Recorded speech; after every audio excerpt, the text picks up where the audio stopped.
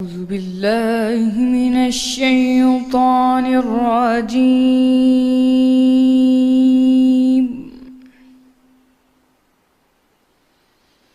بسم الله الرحمن الرحيم.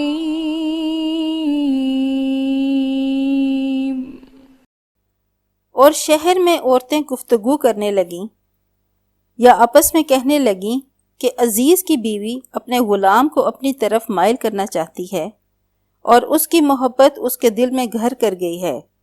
ہم دیکھتی ہیں کہ وہ صریح گمراہی میں ہے.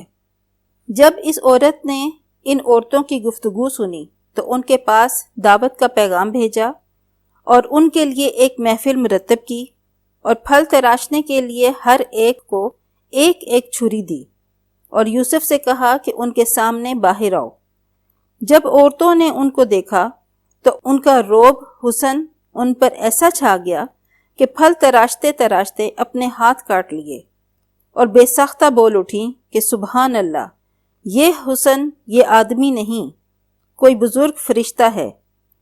تب اس عورت نے کہا یہ وہی ہے جس کے بارے میں تم مجھے طعنے دیتی تھی، اور بے شک میں نے اس کو اپنی طرف مائل کرنا چاہا مگر یہ بچا رہا، اور اگر یہ وہ کام نہ کرے گا جو میں اسے کہتی ہوں تو قید کر دیا جائے گا اور ذلیل ہوگا.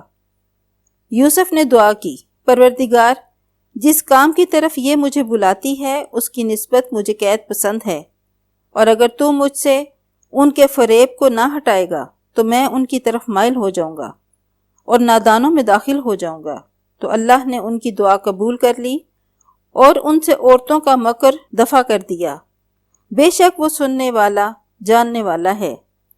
پھر باوجود اس کے کہ وہ لوگ نشان دیکھ چکے تھے، ان کی رائے یہی ٹھہری کہ کچھ عرصے کے لیے ان کو قید ہی کر دیں. صدق اللہ